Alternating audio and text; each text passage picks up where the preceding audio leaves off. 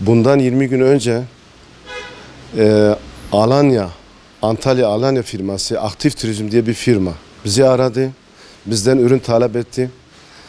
Biz bu insanlardan vergi levhası, kaşe, kredi kartları, bilgileri hepsi aynı bu firmaya ait.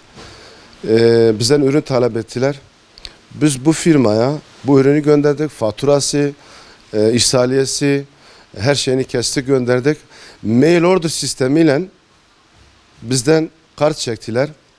Ondan sonra 3-4 gün sonra, 5 gün sonra gidip bu insanlar alışveriş yaptıkları firmalardan bankalara itiraz ediyorlar. Biz bu alışverişi yapmamışız diye.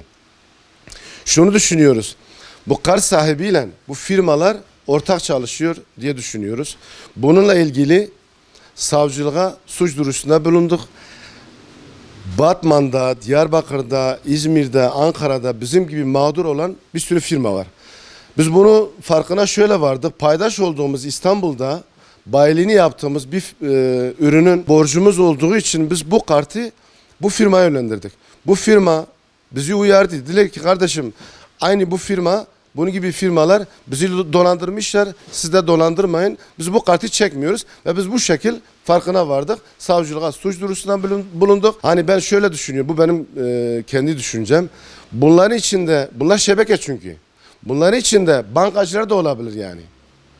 Bunun için bir önlem alınmasını istiyoruz. Yani biz ne yapacağız? Biz 1.400.000 TL bir Türk parası bizi dolandırmışlar.